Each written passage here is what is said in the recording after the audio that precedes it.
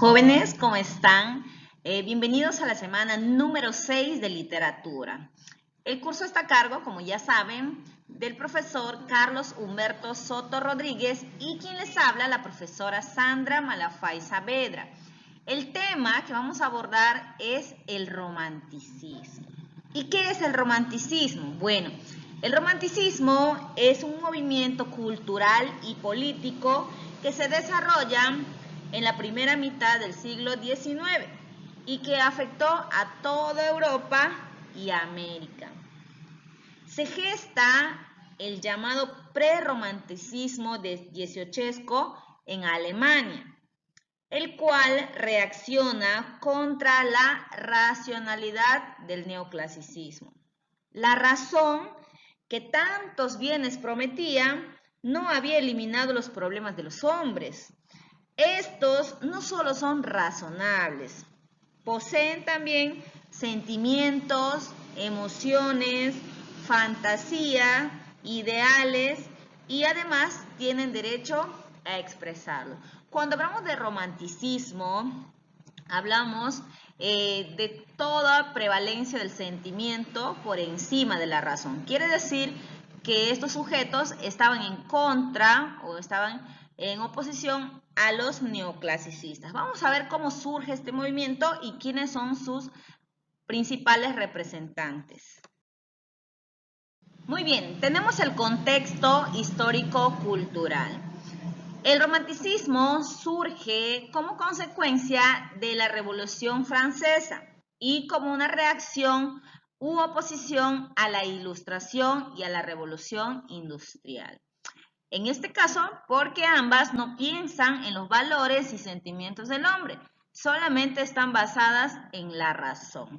Asimismo, el romanticismo resalta al sentimiento, a la emoción del hombre, a la subjetividad sobre la objetividad y propone la libertad de expresión. Los artistas del romanticismo aspiraban a lo trascendente, a lo infinito, a entrar a analizar los misterios del mundo y además dar la propia percepción de los acontecimientos. Por eso se crea un movimiento denominado Sturm und Drang, que significa tempestad e impulso o rebeldía. Es decir, que estaban en contra con todos los patrones que estaban establecidos en el arte literario. Inglaterra logra el triunfo sobre Napoleón, pero de todas maneras sigue habiendo problemas políticos y sociales, ¿no? Aquí podemos resaltar la revolución industrial junto al proletariado. Por lo tanto, se acaba con la esperanza de un mundo ideal y más bien los artistas de esta época van a proponer una actitud moral para obtener un mundo más razonable y humano. El romanticismo llega tarde a Francia, ya que ésta pasaba por momentos difíciles como la Revolución Francesa y la posterior imposición del Imperio Napoleónico. Francia, dice, quería libertad política, por eso los artistas románticos reflejan este deseo de libertad, ¿no?, de los sentimientos y de la creación, olvidándose así de los moldes impuestos en el neoclasicismo. La consigna de libertad, ¿no?, en este caso, fue entendida por muchos como un impulso restaurador de los valores ideológicos, patrióticos y religiosos que habían querido aniquilar los racionalistas de dieciochescos. Esa orientación constituye sobre todo al romanticismo tradicional. Así que es importante entender que el romanticismo buscaba en primer momento la libertad de expresión, ¿no? Se muestra como un movimiento social y luego pasa a ser un movimiento histórico y posteriormente se enlaza el sentimentalismo. El postulado principal del romanticismo es el sentimiento por encima de la razón. Es por ello que la obra romántica refleja los sentimientos del artista, sin guardarse nada, es decir, todo lo que le nace inmediatamente, cómo percibe el mundo, cómo intuye la vida, aunque en muchos casos no concuerda con la realidad, ¿no? Como decíamos, por ejemplo, que buscaban escaparse. Por eso es una característica bastante conocida es el escapismo y el pasadismo, es decir, buscaban reflejar actitudes del pasado, sobre todo de la época medieval, y además también buscaban escaparse de la realidad, buscar un centro en donde el ser humano, el propio ser humano, se sienta cómodo, ¿no? Usan bastante la fantasía y el subjetivismo. La actitud romántica en este caso va a proponer una separación entre el arte y la sociedad. ¿Qué significa? Que querían evadir las guerras, ¿no? O lo que estaba pasando en aquel momento y seguir viendo pues el mundo con ojos buenos. Para el hombre romántico, todo lo que estaba a su alrededor era bueno. Él no se dejaba regir por patrones de estética o cuál molde es bueno, cuál es bonito, ¿no? Para él todo era hermoso, incluso la muerte era hermosa porque es el final de un ciclo. Por ello, sus paisajes eran tétricos, ¿no? Eran bastante tenebrosos, como por ejemplo ahí tenemos a Edgar Allan Poe, ¿no? Con sus obras de terror. Muy bien, ahora tenemos las características. Como primer punto, pueden observar que está el anhelo de libertad en todos los aspectos, buscando una libre expresión de sentimientos y puntos de vista. Por ejemplo, en la obra maestra de Víctor Hugo, Los Miserables. En las obras, los románticos mostraron una oposición a toda norma, reaccionando al frío neoclasicismo. En este caso, los neoclásicos, además de la regla de las 3 unidades en el teatro, observaban otras como estas. Los géneros no debían mezclarse, cada uno de ellos tenían sus propias reglas, ¿no? Debían mantenerse la moderación y el buen gusto. Es decir, todo lo que estaba dentro del neoclasicismo tenía que ser culto o verse de esa manera. Los románticos, en cambio, mezclaron los géneros, combinaron verso y prosa en muchas obras. Dentro de los poemas variaban metros y también novelas y dramas. Además, volvieron a reunir lo cómico y lo trágico según la propuesta del señor Lope de Vega. Entonces, lo que ellos buscaban prácticamente era romper con todo patrón o con todo parámetro que ya habían establecido en el neoclasicismo. Como segundo punto, tenemos ahí la creación artística sin normas objetivas, es decir, todo era intimista y subjetivo. En las obras, por ejemplo, se expresa el alma exaltada del autor, cuyas ansias infinitas chocan con los límites que les impone la realidad. Así se exalta el sentimiento, el yo personal, pero también la justicia social. Aquí se añora el pasado y los deseos de la felicidad frustrada. En muchos casos, los románticos mostraban al amor idealizado, ¿no? Ese amor que pudo ser y no fue, y que nuevamente se recupera, teniendo, lógicamente, al final un destino trágico. Luego tenemos ahí el nacionalismo, que es exaltar lo propio del país. Recuerden que el romanticismo nace desde un punto social, desde una defensa de lo patriótico. Por ello, el nacionalismo viene a ser una característica principal. ¿Qué es entonces? Bueno, en oposición al internacionalismo, ¿no? Dieciochesco, se exalta ahora lo peculiar de cada nación, de cada territorio. Fruto de ello serán el costumbrismo y la preferencia por temas legendarios e históricos de cada país. Además, se desea conferir rango literario a las lenguas vernáculas, es decir, que aquí van a aparecer los regionalismos. En este sentido, podemos poner como ejemplo a Ricardo Palma con sus tradiciones peruanas. Aquí él intentaba dar a conocer la historia de nuestro país, pasando por la época incaica, colonial, ¿no? Así podíamos nosotros conocer un poco de una manera graciosa. Y es lo que intentaba resaltar este señor Ricardo Palma. Bueno, como cuarto punto tenemos el uso de la fantasía para expresar los sentimientos y que no hubiera concordancia necesaria con la realidad. ¿Qué significa eso? Bueno, el choque entre lo que el romántico desea y lo que el mundo le permite produce un insufrible desaliento para el autor. Por ello, era necesario buscar en la imaginación un escape, ¿no? Luego también tenemos la pasión por lo exótico, es decir, por lo raro, por lo no común. Como ya habíamos mencionado anteriormente, el romántico toma temas que anteriormente no se tomaban, como el tema de la muerte. Aquí podemos observar la obra de Jorge Isaac María, ¿no? Donde la muerte es un tema que se aborda. Luego también tenemos el amor por el paisaje. ¿Por qué es importante la descripción del paisaje para el romántico? Porque él dice que las emociones van a estar acorde al lugar donde uno se encuentre. Por ejemplo, en las poesías, cuando se hablaban de paisajes tétricos, ¿no? Días lluviosos, días oscuros, fríos. Para el romántico era pues esencial ese paisaje porque decía que eso ponía al espíritu de una forma melancólica, nostálgica, ¿no? Y era bastante común usar ese tipo de paisajes. Otro tipo de paisaje que se usaba también eran los cementerios, en este caso por el señor Edgar Allan Poe. Muy bien, tenemos los tres géneros que fueron cultivados por los románticos. El primero es la poesía, que se ubica dentro del romanticismo sentimental.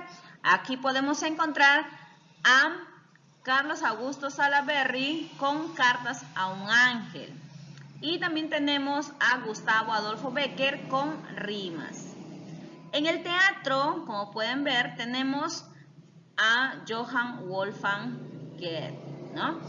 En prosa, que se divide en tres grupos, tenemos el relato fantástico, la narración fantástica y la crítica literaria.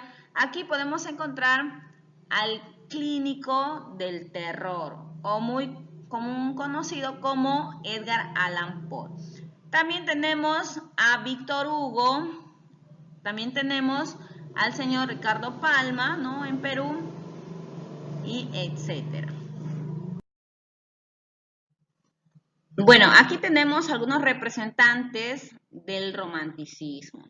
Tenemos a Friedrich Holderlin, tenemos a Novalis, a William Wordsworth, Lord Byron, Alejandro Dumas, Víctor Hugo, Walter Scott, Mary Shelley y Johann Wolfgang Goethe. Muy bien, ahora vamos a ver a Johann Wolfgang von Goethe, que nació en Frankfurt del Meno el 28 de agosto de 1749 y falleció en Weimar el 22 de marzo de 1832. Fue un poeta, novelista, dramaturgo y además un científico alemán que contribuyó grandemente en el romanticismo, ya que influyó profundamente en él. Fue líder del grupo Storm and Drag, que significa tempestad e ímpetu. Muy bien, Johann estudió la profesión de abogacía. Sin embargo, pronto se daría cuenta que su vocación es la literatura.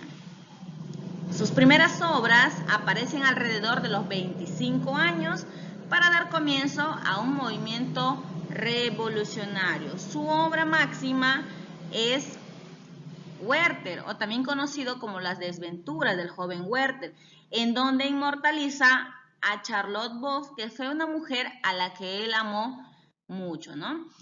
Su otra obra que también merece, bueno, que es muy importante es Fausto.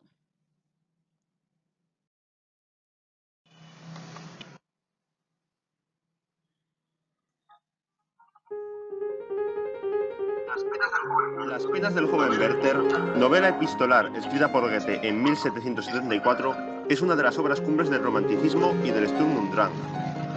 Presenta las características típicas de estos movimientos, que son reaccionarios a la Ilustración y proponen una visión más sentimentalista del mundo, dejando de lado la fuerte importancia que se le había dado a la razón. Se puede apreciar una gran sensibilidad por la naturaleza y una exaltación de los sentimientos y del yo. La historia es contada a través de las cartas que Werther le envía a su amigo Guillermo. Werther es un joven artista que para escapar de la angustiosa ciudad se muda a Walheim, un pueblo ficticio.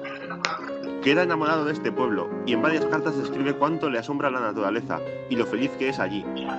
Un día en un baile conoce a Lot y este se enamora rápidamente, ya que ambos comparten la sensibilidad por el arte y la naturaleza. Pero Werther es advertido de que Lot está prometida con un hombre llamado Albert, que se encuentra de viaje para resolver un asunto de herencias. Werther, que está profundamente enamorado, intenta ignorar esta información y visita a Lot a diario. Lot y sus 5 hermanos se encariñan mucho de Werther y le tienen en alta estima, pero al final de mes ocurre lo que tenía que ocurrir y Albert regresa al pueblo. Albert, al conocer a Werther, también siente simpatía hacia él, pero para Werther la llegada de Albert ha sido un duro golpe de realidad, que le ha dejado claro que jamás podrá estar junto a Lot. Werther continúa sus visitas diarias a Lot, pero al estar junto a Albert no puede evitar actuar extraño, ya que aunque Albert es un gran hombre que ama a Lot, no puede evitar verle como un enemigo. Por culpa de esto, Werther, que era una persona alegre, comienza a entrar en depresión y a descuidar sus obligaciones, ya que no puede distraer su mente de su amada. Por esto decide huir de Walheim y alejarse de Lot para siempre. Pasa una larga temporada fuera, pero al no poder dejar de pensar en Lot regresa, y es recibido con la dura noticia de que Lot y Albert se han casado. Werther sigue con sus visitas diarias, pero cada vez actúa de forma más extraña, por lo que Lot decide que debería visitarla menos a menudo. Lot, el 20 de diciembre, le pide a Werther que no vuelva hasta Nochebuena, y a cambio le dará un buen regalo, pero Werther no resiste y va a visitarla al día siguiente. Este día Werther, que ya no aguanta más, le confiesa su amor a Lot, y comienza a leerle unos poemas que le regaló cuando se conocieron. Lot, entre lágrimas, le pide que no vuelva nunca más, y se encierra en su habitación.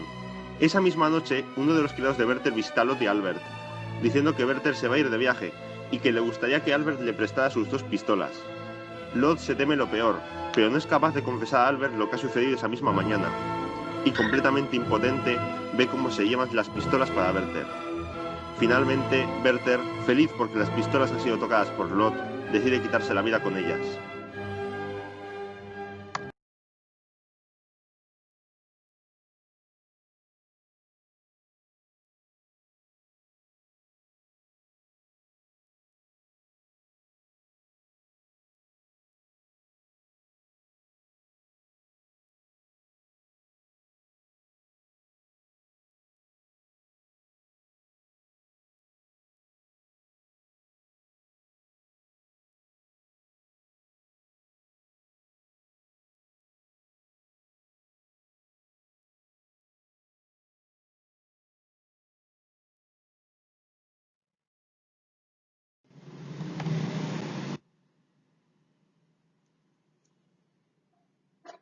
El protagonista Jean Valjean se escapa de la cárcel, donde cumplía prisión injustamente. Valjean andaba desamparado hasta que toca la puerta del monseñor Charles Benvenu Myriel, quien le da hospedaje en su casa, por lo que Valjean no sospecha de quién se trata. A pesar del buen corazón de Myriel, le hurta media docena de cubiertos de plata, mientras el monseñor dormía. Valjean abandona el aposento llevándose consigo lo robado. Para su desgracia, Valjean es apresado por la policía cuando huía. La policía lo lleva ante la presencia del noble monseñor Myriel y este declara habérselos obsequiado. Valjean quedó impactado emocionalmente por esta acción tan noble. Myriel le aconseja al fugitivo Valjean que se regenere y que siga el camino del bien. Luego se marcha despidiéndose del monseñor. El incorregible Valjean al día siguiente le roba 2 frascos a Gervasillo. Hacen que Jean Valjean empiece a tomar conciencia de la necesidad de su regeneración. Valjean se cambia de nombre por el del señor Magdalena y tras el invento de un sucedáneo de las Sabache se enriquece, fortuna que le sirve para ayudar a los más necesitados. Admirado y querido por el pueblo, es obligado a aceptar el cargo de alcalde, pero para su desgracia, Valjean se encuentra con su perseguidor, Javert, el inspector de policía, y trata de recortar con sumo esfuerzo donde ha visto antes al respetado señor Magdalena. Tiempo después confunden a un campesino que se había robado una rama de manzana con Jean Valjean, y luego de una lucha con su conciencia, decide confesar la verdad, por lo que es detenido nuevamente. Por aquellos días, una humilde y sacrificada madre soltera llamada Cantina deja a su querida hija Cosette al cuidado de los posaderos Thénardier. Antes de morir, el protagonista Jean Valjean se proponía proteger a la niña Cosette antes de ser condenado nuevamente, por lo que escapa de la cárcel, rescata a la huerfanita Cosette de la casa de los malvados hermanos Thénardier y se van a París, donde educa a la niña con su gran fortuna. Luego se dan una serie de acciones: la permanente huida de Jean Valjean, que lo hace refugiarse en el convento donde Cosette se educaba y trabajaba como jardinero durante 5 largos años; el amor entre Mario de Pontmercy y Cosette; el rescate de Mario que Valjean realiza por las alcantarillas de París, huyendo de una barricada donde Mario fue herido y perdiera el conocimiento; el nuevo encuentro con Javert al salir de la alcantarilla y cómo Valjean salva al policía Javert, a quien los revolucionarios habían sentenciado a muerte; el suicidio de Javert cuando decide no hacerlo prisionero, faltando así a lo que él consideraba su deber en pago al bondadoso proceder de Jean Valjean; el matrimonio entre Cosette y Mario Pontmercy y la equivocación que sufre éste, que le hace alejar a su esposa del que para ella fuera un verdadero padre. Finaliza con la descripción literaria de los últimos instantes de la vida agitada del buen hombre Valjean, rodeado del amor de Mario y Cosette. Muy bien, jóvenes, luego de escuchar las explicaciones y ver a los representantes, pasamos a la autoevaluación. Para ello, tienen un tiempo prudencial. Si tienen algunas preguntas, lo pueden hacer en el grupo, que gustosamente lo vamos a resolver. Nos vemos hasta la próxima semana.